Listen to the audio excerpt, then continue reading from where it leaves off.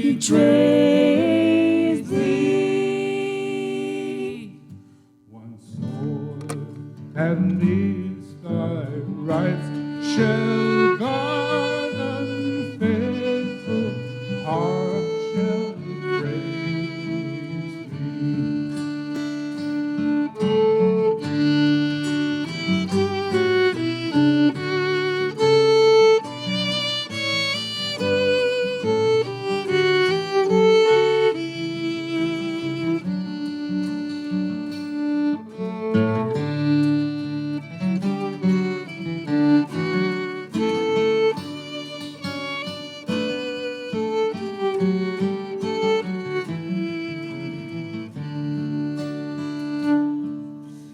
Minstrel fell, but the foeman's chains could not bring his proud soul under. The harp he loved there spoke again, for he tore its chords asunder. And said, no chains shall sully thee, thy soul of love and bravery. Thy songs have made for the pure and free, they shall never sound in slavery.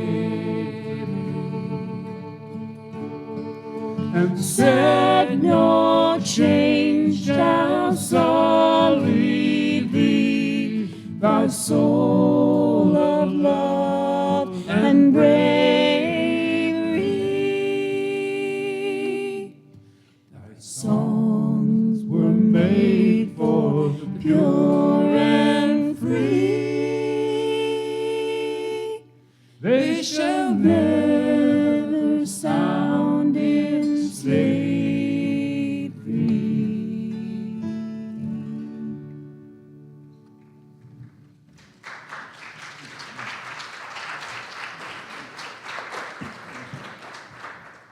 Good morning. I'm Gail Forsyth-Vail, and I am with Reverend Lee leading worship this morning. So it is great to be together. The sun peeked out this morning. Isn't that lovely? Now the grass can grow 6 inches today. It's wonderful to be together and to see you this morning. Our opening words are written by the Reverend Dr. Rebecca Parker. Your gifts, whatever you discover them to be, can be used to bless or curse the world. The mind's power, the strength of the hands, the reaches of the heart, the gift of speaking, listening, imagining, seeing, waiting. Any of these can serve to feed the hungry, bind up wounds, welcome the stranger, praise what is sacred, do the work of justice, or offer love.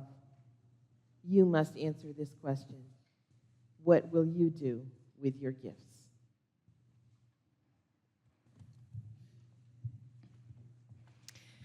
Thank you, Gail. And welcome again on this Memorial Day weekend, this Memorial Day Sunday. It is good to be together. I'm Reverend Lee Bluemel, and I have a few announcements to share this morning. First, I'd like to welcome our fiddler this morning, our surprise fiddler who was able to come to join Geoff and Kim Goodhue. So welcome to Donica Cunningham, who is joining us this morning. That was a beautiful way to start the service. Thank you so much. After the service, everyone is welcome to coffee hour downstairs. There you can also see a photo story exhibit to survive on these shores, as well as the coffee hour action corner with opportunities for living our UU values. Kim Adamai will also be at coffee hour selling tickets to next Saturday's art show for $10. That is featuring Phyla Slade and another number of other North Parish artists. Kim, stand up so people know where you are. And that is next Saturday from noon to 4 p.m. And also prints and artwork left over from the yard sale will be for sale today at reduced prices. At 11:30 today, there's a support circle of deep listening in the chapel for those who are feeling emotionally impacted by the state of our society and wanting some companions to process all of that. Next Sunday, North Parish singers led by Christina Kennedy will be singing in a concert to support the Healing Garden, a cancer support community, and all are welcome. You'll see posters. That's at 4 p.m. in Stowe next Sunday. If you are new, our elevator and all-gender restrooms and religious education classes are through the doors to my right. There are stairs in the back that lead down to Freeman Hall and more restrooms at the back. You'll find visitor cards in the pews that look like this. Please feel free to fill one out and just put that in the plate when the offering is collected. I also invite all of us to put our phones in worship mode. And I invite you to let's see who's here this morning. Let's turn and greet one another and welcome each other to this Sunday morning.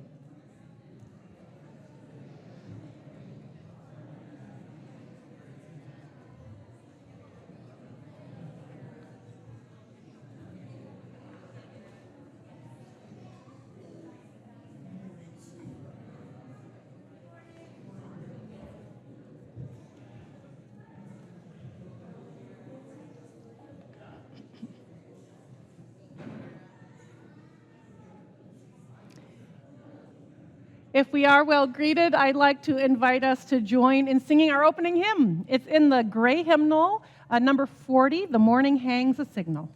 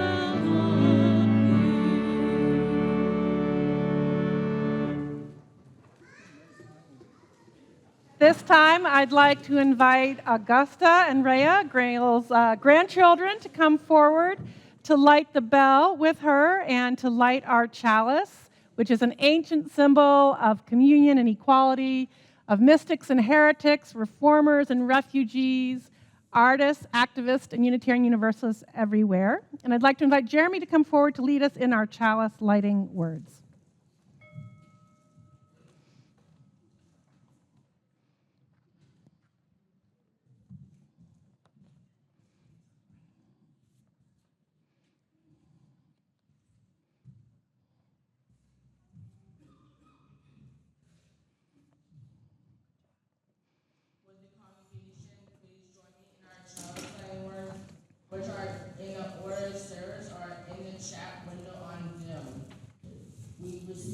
fragments of holiness, glimpses of eternity, brief moments of insight. Let's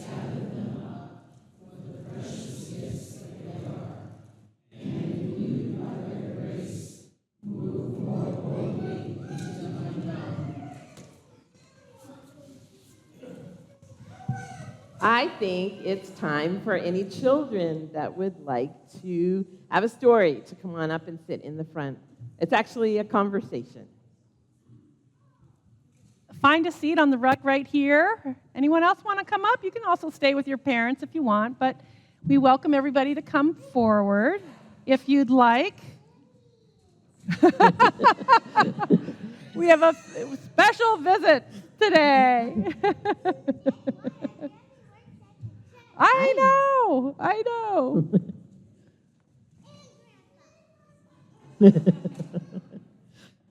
Okay. So a long time ago, 250 years ago, before there was a United States, the people of this congregation had a king. So that was 1 century and 5 decades ago? Well, probably. Your math is quicker than mine. 2 centuries. 2 centuries. Yes, a king. The people were the subjects of King George III, who lived across the ocean in England, but he ruled the people who lived in North America. The king was used to people doing whatever he wanted. So I want to ask the young people and also everybody out there, how do you think it made people feel when someone across the ocean was telling them what to do? I think we have an example right here, how that would feel. How do you think it would feel to be ordered around by someone across the ocean? What? How? Boring. Why are you telling me Mad and sad. Yeah, I think so too.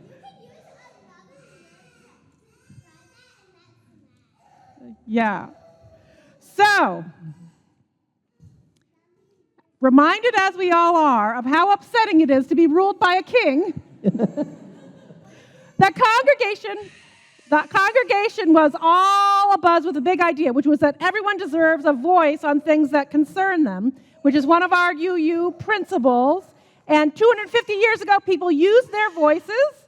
They had meetings and conversations and all decided together to not do what the king wanted, and they started by not buying anything from England. So a decision like that meant the king was going to be mad.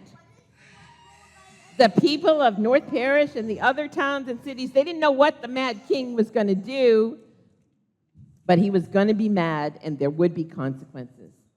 Everyone in the congregation needed to help out so that together they could fight for the big idea that everyone should have a voice and a say about things that concern them. So, everybody needed to help each other out. There weren't any grocery stores, so they had to make their own food. Then the kids had to help with planting seeds and watering and harvesting and churning milk. Has anyone ever churned milk? No. Collect eggs, pluck the chickens, go hunting. The kids had to do all of that. So there were no clothing stores. So, and about 250 years ago, the town voted that no one should buy clothes from Britain. So the kids had to help take care of the sheep, card the wool, spin it into threads,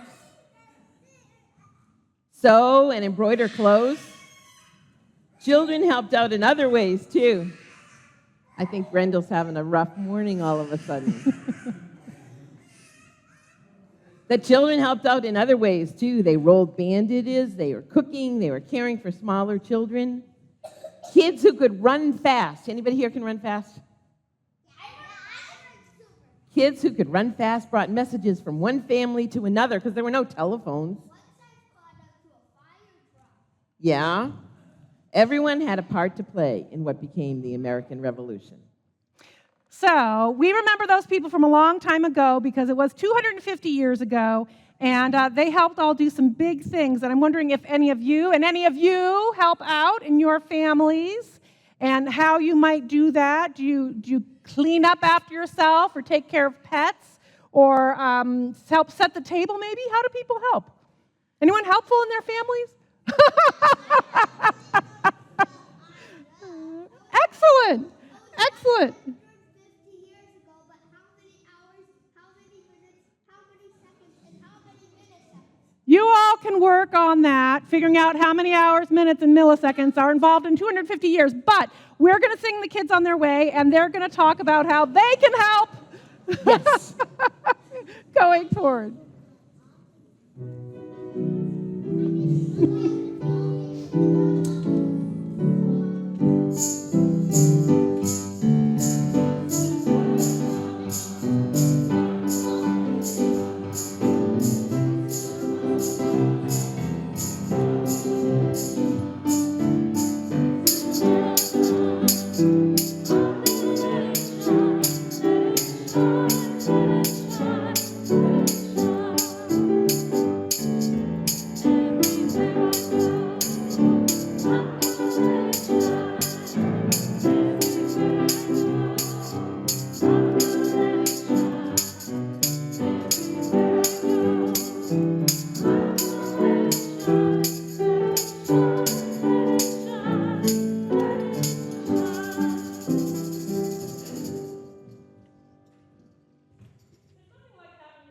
Up and talking in front of a congregation and not paying attention to you, is there?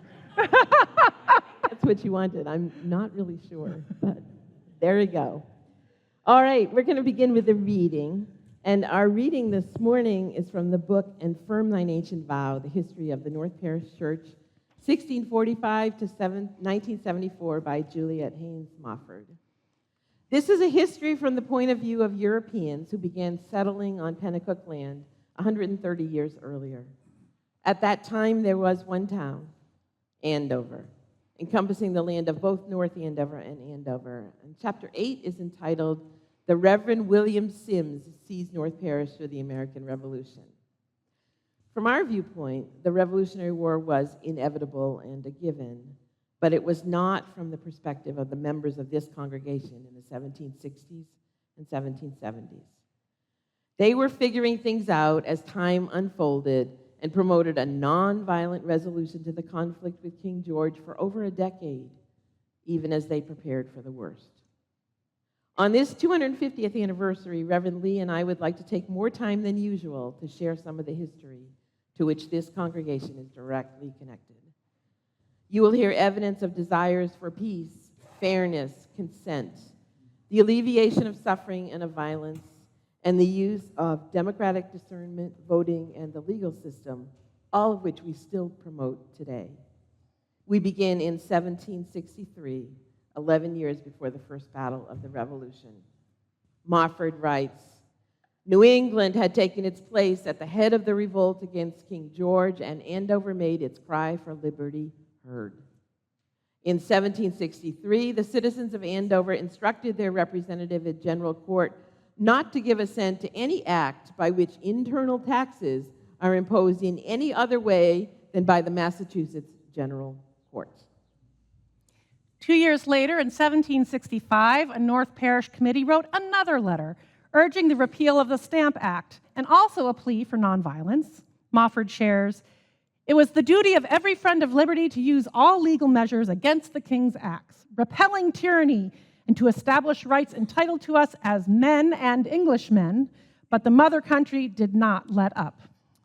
5 years later, in 1770, they wrote, the town, taking into consideration the distress this province is laboring under by the operation of a late act of Parliament imposing duties on tea, paper, glass, etc., made and passed for the express purpose of raising a revenue in the American colonies without their consent, which act we apprehend as oppressive, repugnant to the natural and constitutional rights of the people, contrary to both the spirit and letter of the Royal Charter.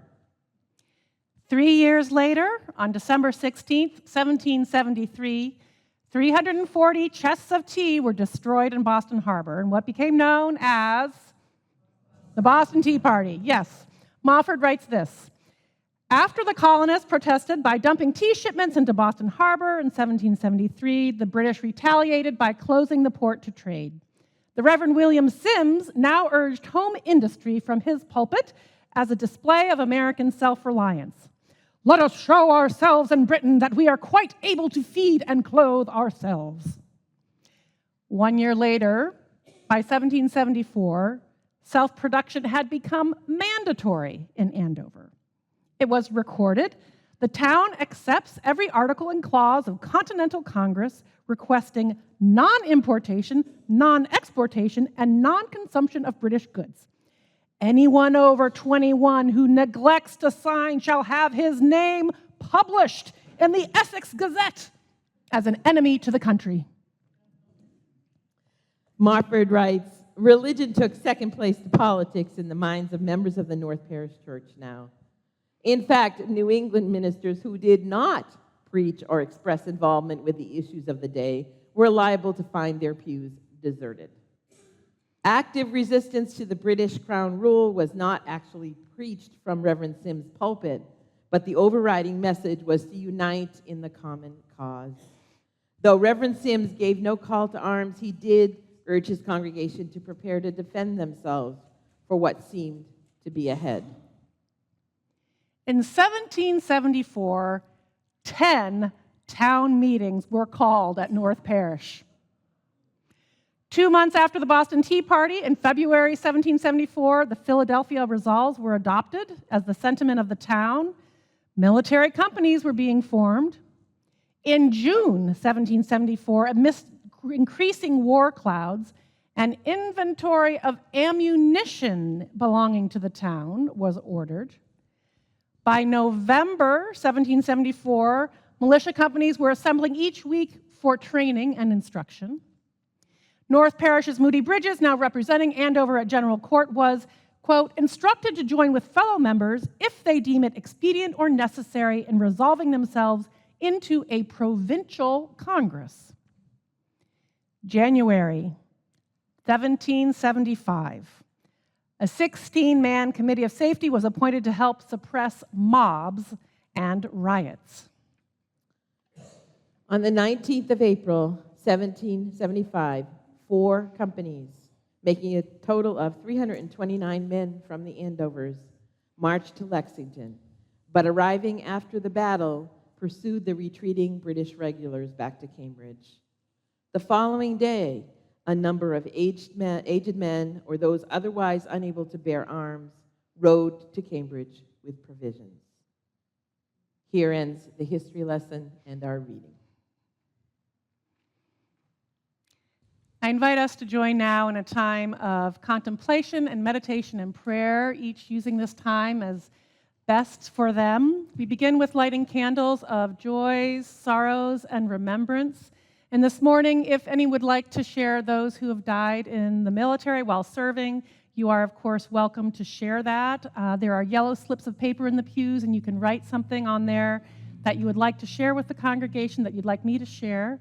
And for everyone, we'll have a time of meditation to music. Thanks to our musicians.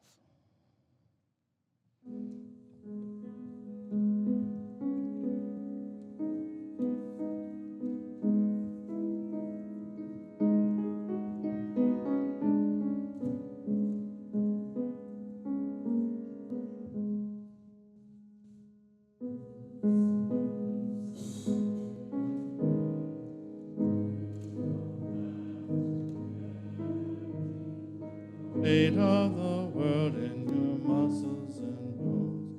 Let go, let go, let go. Loosen, loosen, baby. You don't have to carry the weight of the world in your muscles and bones. Let go, let go, let go.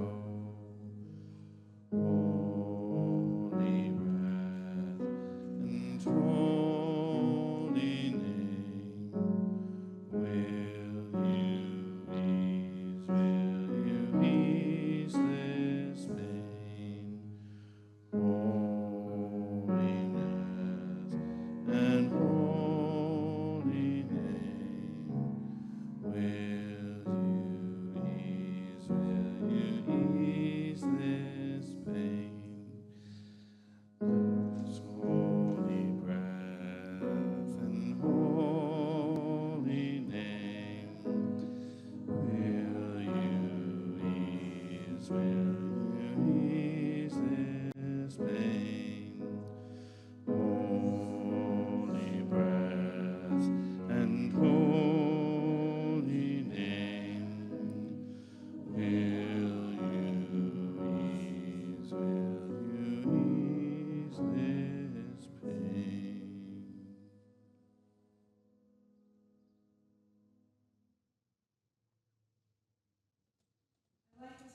candle to represent all the people who are in our hearts this morning, those who are struggling in body, mind, or spirit, and also for all those who have served and died in the service, including from Tom Granamon, in memory of the 49 U.S. sailors and Marines of the USS Guam and USS Trenton, who died in the cold, dark waters of Barcelona Harbor following a Liberty boat accident on the night of January 17, 1977. Their service is remembered by their shipmates. Also for Kim Adamai, who sends out love and gratitude as she remembers her dad, a Navy veteran, whose birthday was yesterday. He would have been 101 years old. For all those who are in our hearts, we send out our support, our light, our love. I light this candle to represent the joys and gratitudes that bless our days and help us get through the week, including these. From Helen, a gratitude and joy for continuing health improvement and for the support of this loving community. And also for one among us, Pat Grimm, and John is going to help us with that candle.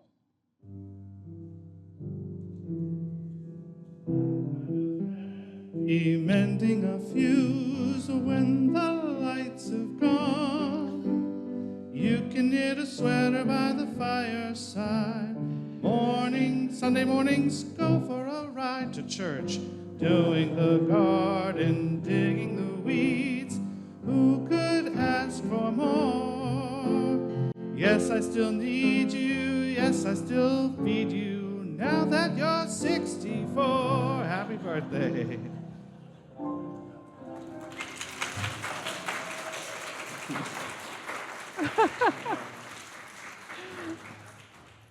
And happy birthday to everybody else who has a birthday this month in May or who is celebrating today. I light this next candle to represent our concerns and our hopes for our wider world, for all those who are suffering from hunger and fear and war. I light this candle to represent our love for all beings and our animal kin who live and suffer. And I light this final candle to represent all our unspoken prayers and the meditations of our heart and the silent struggles of every person. Will you join with me in our response in your order of service? In our joys and in our sorrows, we are not alone. I invite us to continue in the spirit of meditation and prayer. I'd like to offer some words from the Reverend Wayne Arneson, as well as some time for silent contemplation.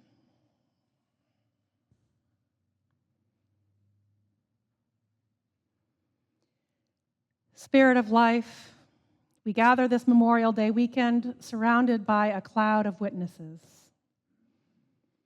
First among them are all those we remember this day who have lost their lives in war.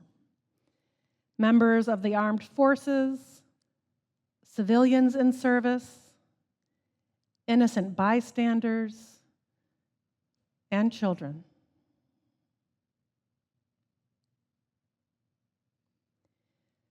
Those who share our homeland are remembered today in this country, but this ritual is repeated on other days, in other countries, in other ways, all over the world. For those among us who loved those lost as family members or as friends, as they served our homeland, this day is a reminder that mourning and honoring never ends. For their service and their sacrifice, we pause in the silence of memory and respect.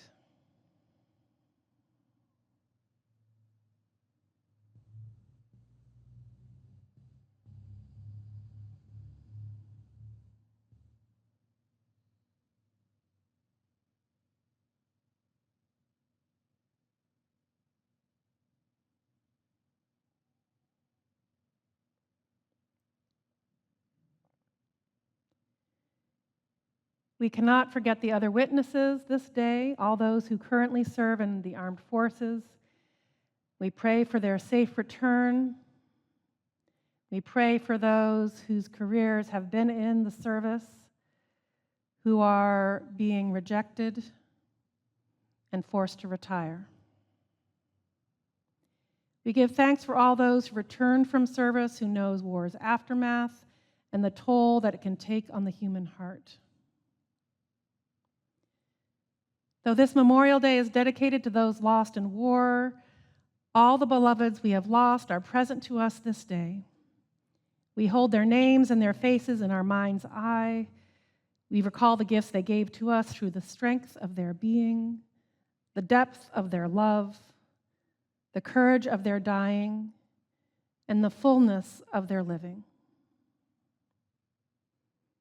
In the holy quiet of this hour, surrounded by all of these witnesses who live with us in blessed memory, we return with them once again to silence in tribute of all that they have meant to us, and to offer the meditations and prayers of our hearts.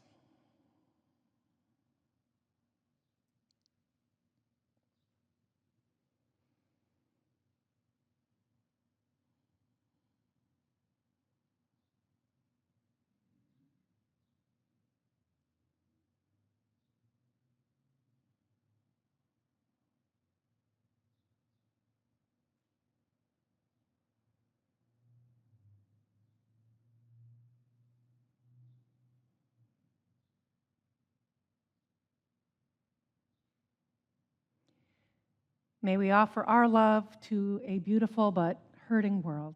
Blessed be, and amen. We now have the delight of more music for our offering. If you are visiting us, please either just let the plate pass you by or put one of those cards in the plate. Thanks to all who support the mission of this congregation to bring our love into the world.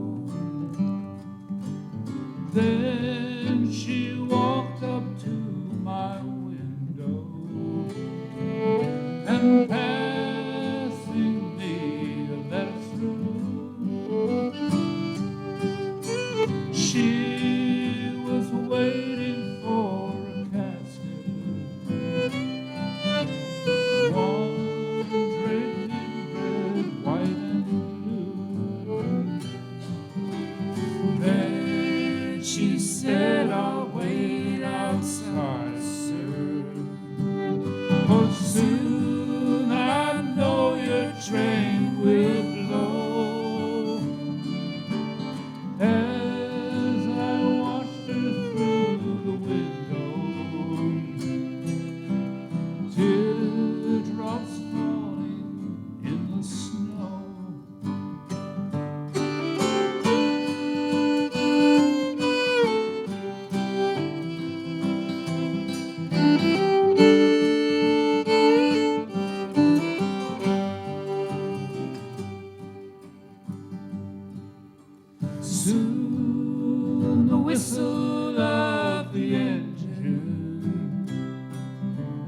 broke the silence in the air as the train pulled in the station. On her lips I read a prayer, and on the box there was a number and a name inscribed below. As she gazed upon the casket, teardrops fell upon the snow.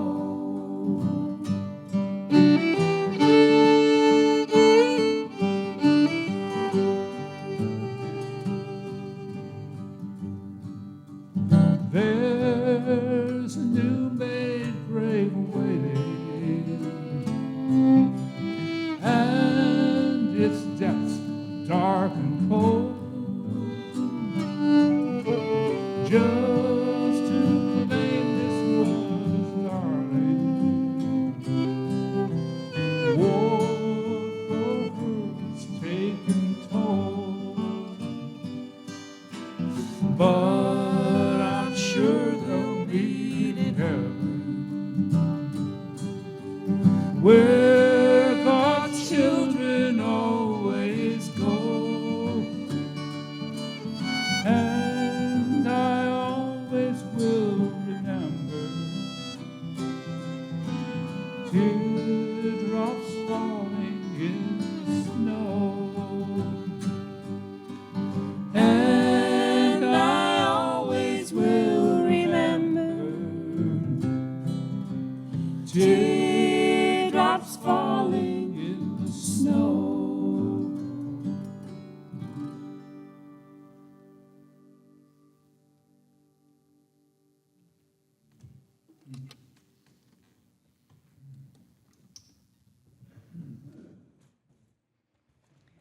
Thank you so much. That was beautiful.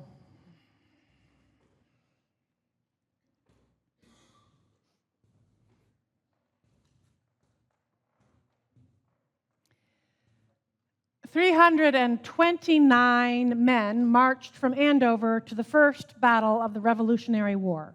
That's more than the current members of this congregation, 329. Many also went to the Battle of Bunker Hill, and several were wounded. Our congregation and our town was at the forefront of the Revolution from the very beginning. It is hard, perhaps, to imagine what it was like to be a colonist back then. They were facing multiple crises at once, what some folks call a polycrisis.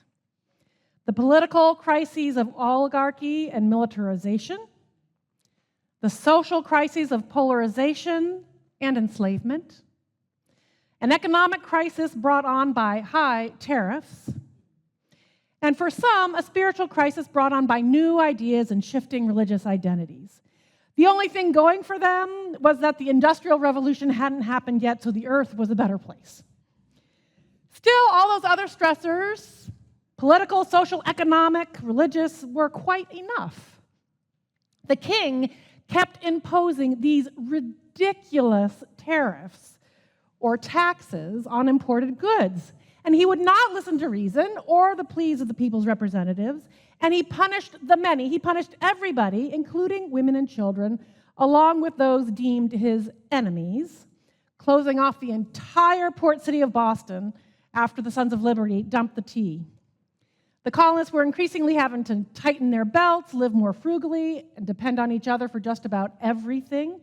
And no one knew just how bad it would get, and they just kept trying to find a way out of this mess without resorting to violence. Their rights were being restricted, armed soldiers were conducting random searches, there were conflicts among neighbors, there was tension in the air, a sense of foreboding, the threat of violence, outrage over mistreatment, anxiety and suffering, and finally, rebellion. What does one do under such conditions? What would you do? Where would you find your strength and your hope? And would your faith support your convictions.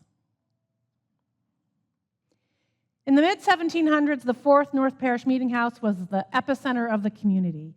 It was a hub of resilience where people came together not only to help each other survive, but to strategize and argue and vote and stay grounded in their ethical and spiritual convictions. The minister of North Parish at the time, the Reverend William Sims, was 47 years old in 1775. He'd been preaching for about 17 years to the congregation, leading them away from Puritanism and Calvinism toward what was called Arminianism. In other words, he was starting to lean Unitarian Universalist, and his preaching had political ramifications. Puritans believed that God predestined a select group of individuals for salvation. Arminians, they emphasized human free will in choosing salvation. Puritans believed that Christ's atonement was only for the elect few. Arminians believed he atoned for all people. The Puritan God was rather tyrannical. The Arminian God was merciful and granted salvation to all human souls. Sims was likely influenced by the Reverend Jonathan Mayhew of Boston, who was anti-Trinitarian and preached about the duty of men to stage active revolt against tyrannical abuses of power. He promoted free inquiry and reason and human potential for growth and righteousness as the path to salvation. He was considered a heretic in his time, but his ideas had a lasting influence and are echoed in our faith today. There developed in the colonies the idea that everyone deserved a voice, at least white men.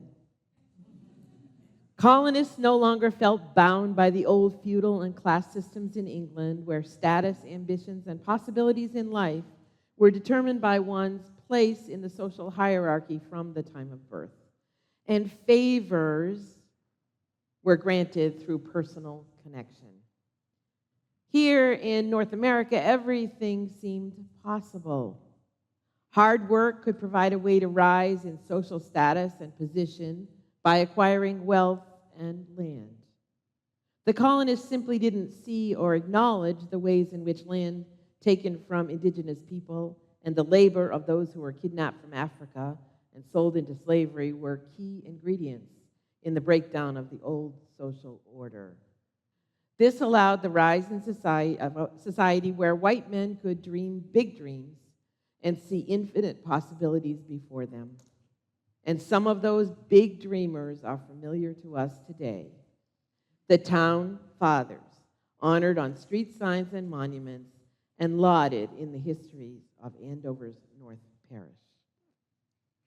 There are numerous Revolutionary soldiers buried right up the street at the first and second burial grounds, and some of us will visit those today with carnations. But they were not the only ones swept up in the Revolution. This was an all-hands-on-deck moment, and everybody had a role to play. The church women organized spinning bees and gatherings for sewing and weaving, which was critical because soldiers had to be supplied with blankets and stockings and shirts and leggings along for the whole 8 years of the war. Women were also the ones left behind to tend farms and businesses as the men went off to battle. The church was where folks gathered not only for Sunday services, but for town meetings. And as I said earlier, in 1774, there were 10 of those. Once the war began, it was where folks gathered to hear the latest news from the front, to organize shipments of supplies, and to read the lists naming the dead and the wounded. Throughout the war, the church was the recruiting center for the militia, the rendezvous point, and the place of departure. There were different roles for the men. The Minutemen, young men not yet responsible for families and businesses, trained twice a week and were ready to defend their communities at a moment's notice. Militias trained less often and were made up of the men generally 25 to 60 years old who had families, businesses, and professions. The older men, over 60, were part of the alarm list, charged with protecting the community and relaying alarm from one household to another. Accounts of North Parish history report that the militias headed quickly for the battle in Concord, arriving too late, by pursuing the regulars back to Cambridge. The older men went to Cambridge the next day, bringing supplies. From North Parish also came surgeons, representatives, senators, and businessmen who manufactured gunpowder. A job for everyone. The community was forever changed by those revolutionary years, both politically and socially. The revolutionary rhetoric rejecting enslavement to Britain was, of course, heard and read by those who were enslaved. Legal challenges to slavery came shortly after the war based on the principle of human equality in the Massachusetts Constitution. The next few decades saw the gradual end of slavery in Massachusetts. North Parish was at the center of the revolution. It was a resilience hub in the decades leading up to it, during the 8 years of war and the years to follow. We were in it from the beginning. It was early July 1776 when the town clerk copied the Declaration of Independence into the official records of North Parish. 250 years later, are we still a hub of community resilience? Today, that term is used to refer to trusted places that serve the wider community in normal times, as well as through crises of disruption and recovery, particularly weather and climate disasters. But I like to think of it more broadly than that. Sometimes what our wider communities need most are places that offer not only practical help, but ethical and spiritual resilience. We've had some chances to reflect on all this after the 2018 gas disaster and the unexpected microbursts and floods and power outages of the last year or so. So I ask you, what would have been helpful then for those of you who went through it? How could we have organized more mutual aid for each other and those nearby? We have a lot to offer, from skills and connections to the basics of food and shelter. Think about food. We are good at community food sharing, are we not? We house the People's Food Pantry. We have folks who know how to transfer large quantities of food, folks who know how to make very, very large casseroles.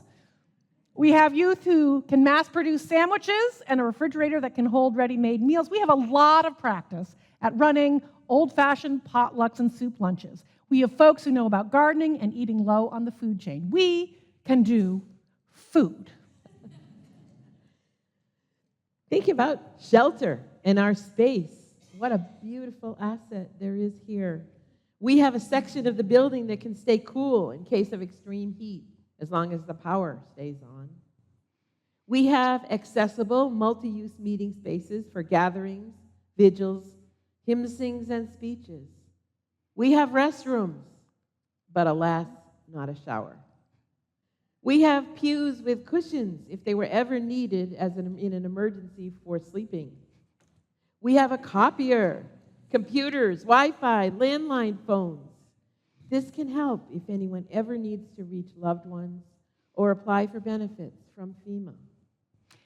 And think about what our people have to offer. Look around at the people who are in here and think about what you know about them.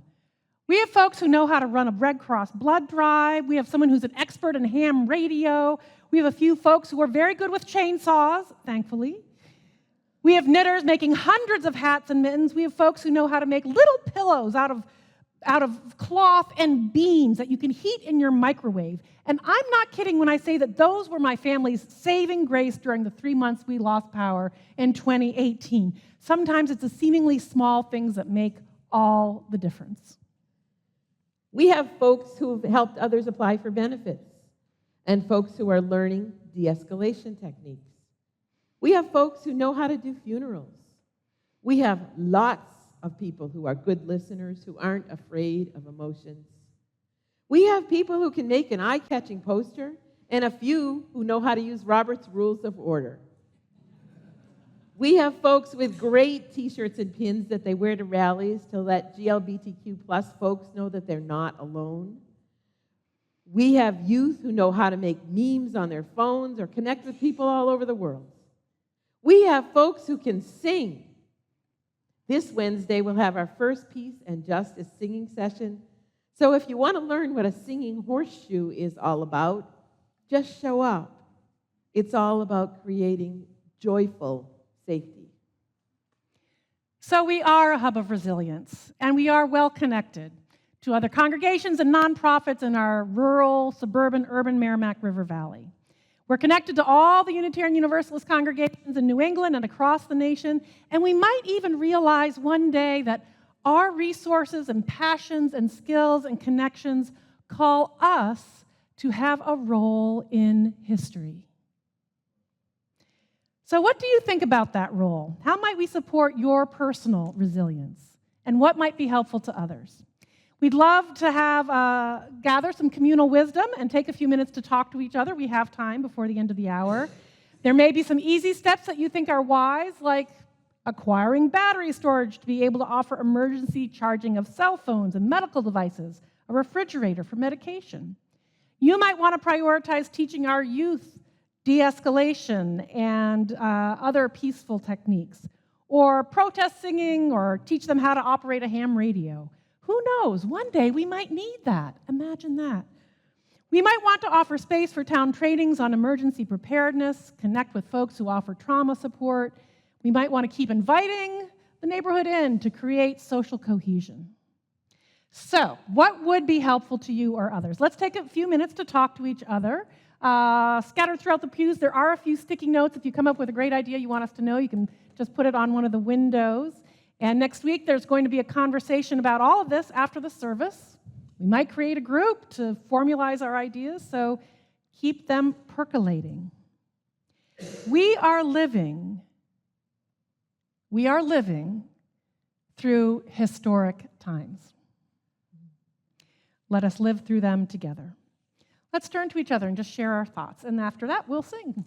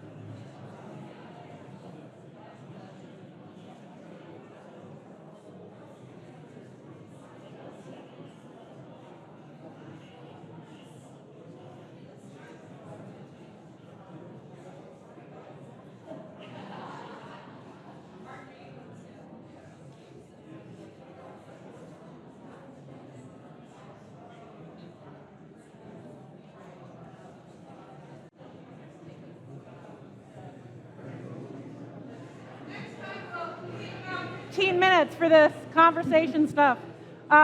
But for now, we're going to sing because we have families with kids in religious education. Our hymn is number 159. This is my song. It's in the gray hymnal. So I invite you to sing along and keep the conversations going. Maybe you just met someone new that you haven't talked to before. I hope so. It's good to meet each other. 159.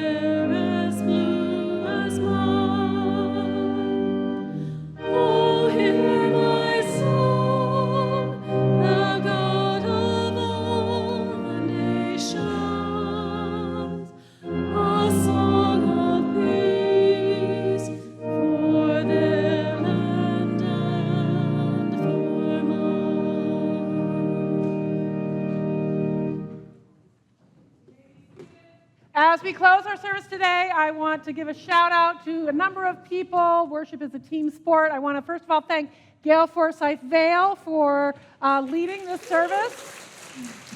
Thank you, Gail. For those of you who don't know, Gail long ago was the director of religious education at North Parish, so it was fun to be up front again together. I want to do a shout out to our folks, our tech team in the balcony, Grandpa Steve, who had a handful this morning, as well as Jack and Finn. Thank you.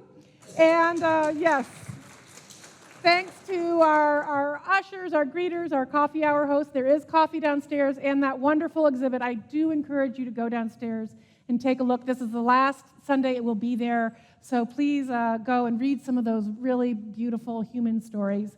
And finally, thanks to our musicians, thanks to John Middleton-Cox, our wonderful music director, and to our special musicians today, Kim and Geoff Goodhue, and Donica Cunningham, who joined us this morning. It is such a treat to have you here. Thank you so much.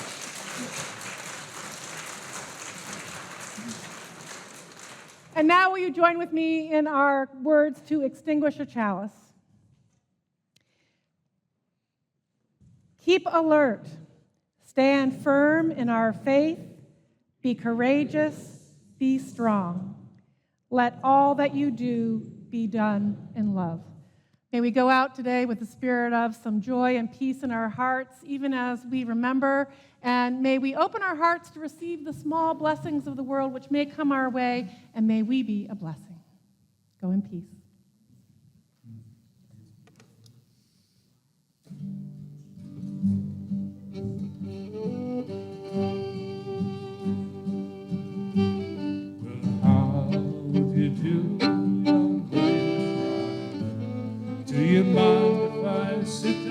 here by your graveside and rest for a while beneath the warm summer sun. I've been walking all day and I'm nearly done. And I see by your gravestone you were only 19 when you joined the great fallen in 1916. Well, I hope you died quick, and I hope you died clean. Oh, Willie McBride, was it slow and obscene?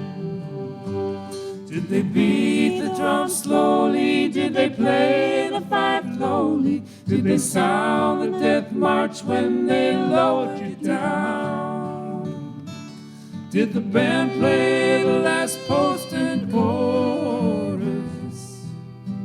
Did the pipes play the flowers of the forest? And did you leave a wife or a sweetheart behind? And some loyal heart is your memory enshrined. And though you died back in 1916, to that loyal heart you're forever 19. Or are you a stranger without even a name, forever enshrined behind a glass frame, in an old photograph torn, tattered and stained and faded to yellow in a brown leather frame? Did they beat the drum slowly? Did they play the fife lowly? Did they sound the death march when they lowered you down? Did the band play the last post and chorus? Did the pipes play the flowers of the forest?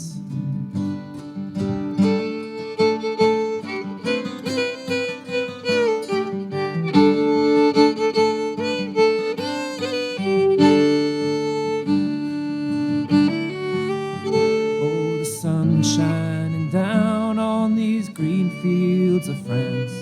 The warm wind blows gently, the red poppy stands. The trenches have vanished under the plow. No gas, no barbed wire, no guns firing now.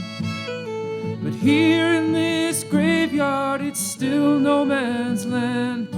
Countless white crosses in mute witness stand to blind man's indifference to his fellow man, and a whole generation that were butchered and damned.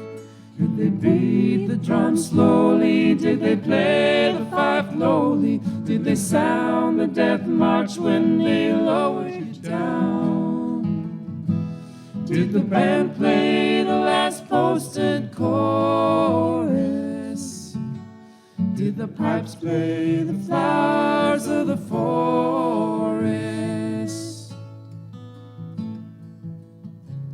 I can't help but wonder, oh Willie McBride, to all those who lie here know why they died. Did you really believe them when they told you the cause? Did you really believe this war would end wars?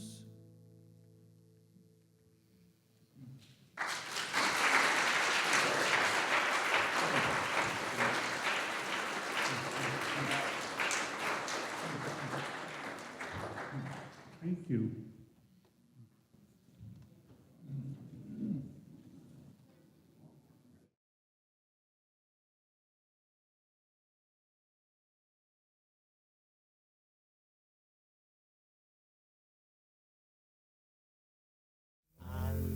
Coffee, I love tea. I love the jabber jiving, it loves me. Coffee and tea and the jabber and me.